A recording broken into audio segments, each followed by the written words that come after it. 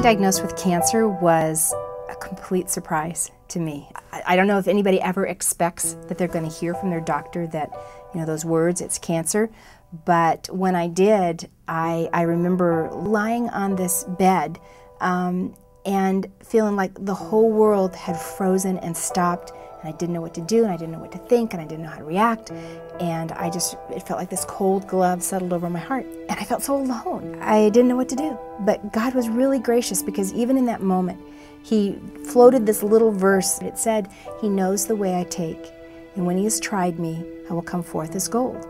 And as I laid there on that bed, I knew that God knew where I was, and He knew that cancer was going to be part of my journey.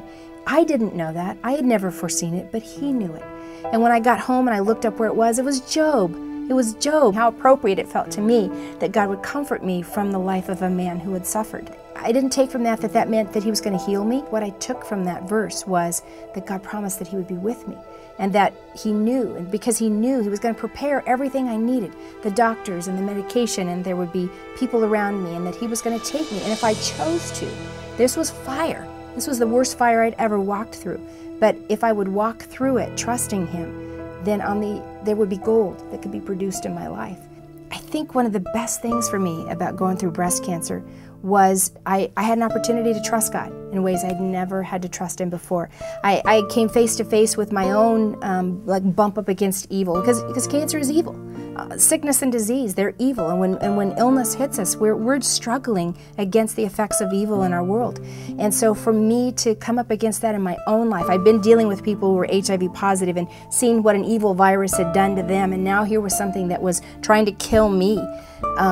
It brought me face to face with having to say, God, are you good? Because God, I don't know about this system. I remember one time going through the treatments and feeling really sick and really weak, and sitting on the couch with one of my friends, and I said to her, you know what? This system that God has devised, it sucks. Why does God allow evil in this world? Why does He allow it? Why do we have to suffer so? And she didn't, tell me to shut up and be careful because God was going to hit me with lightning for asking such a, radical question. She just took my hand, she cried with me, and she said, I don't know all those answers, but what I do know is that God is good and you can trust Him. And that was really all I needed, because I'd already done the storming heaven's gates with the why did you do this? Not to me, but why did you create this system? Why is there suffering? Why is there pain? I mean, my suffering, as intense as it was for me, I knew it was just the tiniest little microcosm of the suffering of the rest of the world. I mean, at least I had good doctors, I had good medication, I had a family that loved me, I could go to sleep in a bed at night that was where I had everything. If you're going to have cancer, I had it good. And I started thinking of all these other people who were suffering on a daily basis, maybe even from the moment they were born to the moment they die, and they would never have what I had. And how could God allow that? And she didn't try to figure out the universe. She didn't try to make sense of suffering. She just said, I don't know, but I know God is good and you can trust Him. That became a linchpin moment for me. In this way, I think of Russell Crowe in the movie Master and Commander. And here's these great big storms are coming after him. He's on this big ship, and the storms are threatening to knock the ship over. And so what he does is he takes and he lashes himself to the mast. He just literally ties himself to the mast of this boat so that as the waves are coming, he's not going to be washed over. He had lashed himself to something that was stable. So for me, to know that God is good and I can trust Him even when so much doesn't make sense, that's my way of lashing myself to the mast. And so I don't know where you're going through in your own life, what struggles, what things you go, God, this doesn't make sense.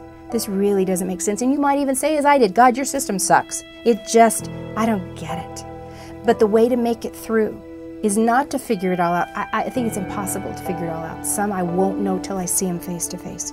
But if you will lash yourself to the mast, and that mast has got to be in God's goodness. God, you are good. I can trust you. And I'm going to tie myself so firmly to that. It doesn't matter what waves hit my life. I'm not going anywhere, God. I'm right here. I'm believing and I'm trusting in your goodness. When you do that, you will get through anything that comes into your life.